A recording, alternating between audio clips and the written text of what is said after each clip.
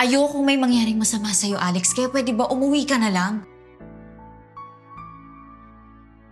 난 널 지키기 위해, 또 도와주기 위해 내 모든 걸 다 할 준비가 됐어. 같이 만나. Gasco, ano nangyari? Nasunog ang storage room kanina madaling araw. Nadamay ang may-ari. Alex Jang? Yes, ma'am. Hindi. Nangyari na to eh. Sa'yo. Akala ko nga patay ka na eh. Pero eto ka, buhay na buhay. Ganon din si Alex. Chief, paano po nangyari ang sunog?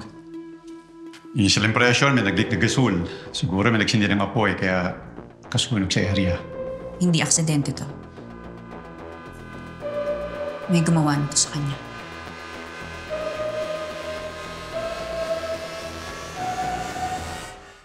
Ako? Magiging CEO ng Velma Beauty?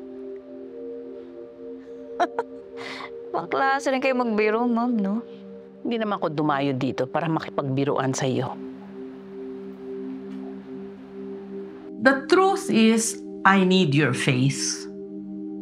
Pagkatapos ng lahat ng kahihiyan na ginawa ni Velma sa aming company, hindi na siya nakakatulong, hindi na siya nakakaganda.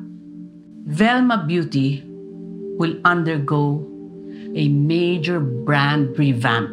And I want you to be the face of that brand and you to publicly spearhead the new era of Velma Beauty. Kailangan ko munang pag-isipang mabuti bago ako magdesisyon. Okay. I'll give you time to think. But meanwhile, I have to get back to the office para linisin lahat ng basurang natitira doon. Magiging CEO ka ng Velma Beauty? Reen, you're a big idiot if you do not take that offer. Soon enough, you'll be the one who's gonna call the shots. Kasi you're the CEO na at wala silang magagawa. Reen, hindi ba ito yung pangarap mo? Yung maging successful? Good morning. How may I help you? Good morning. I have an appointment with Miss Velma Imperial. Hold on, ma'am. I will coordinate with Miss Criselda.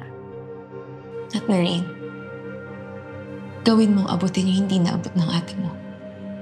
Shari, gagawin nila akong pato. And so, pwede ka bang malaman? Of all people, bakit ako? Does that mean naniniwala kayo sa akin?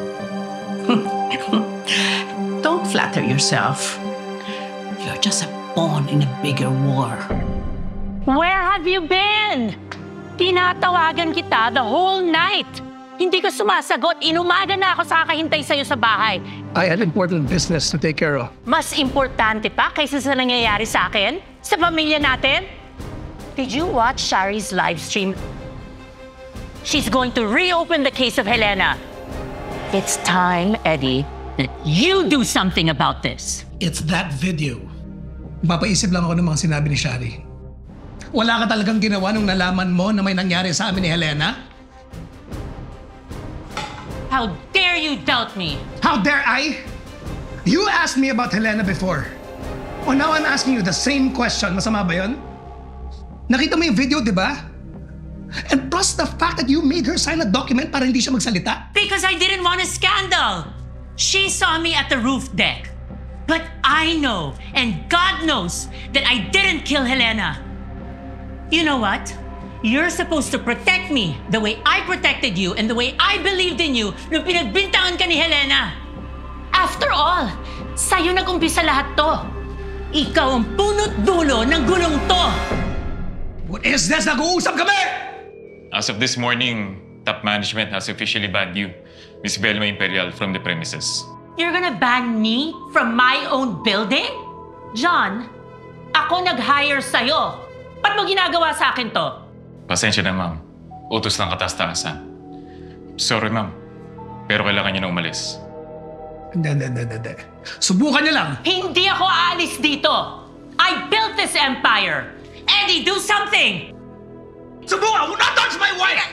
Bitiwan niyo ako! Ano ba na kasi nakasulat dyan? Eddie, do something! I got this, I got you. Bitiwan niyo ako! Han... Tawan mo ko! My hands are tied. Kakausapin ko si Mama. You're useless! Huwag kang magpapakita sa akin mamayang gabi pag uwi mo! Because I don't wanna see your face! Sige na. No! Bitawan niyo ako! Help! Let me go! Let me go! Bitawan niyo ako!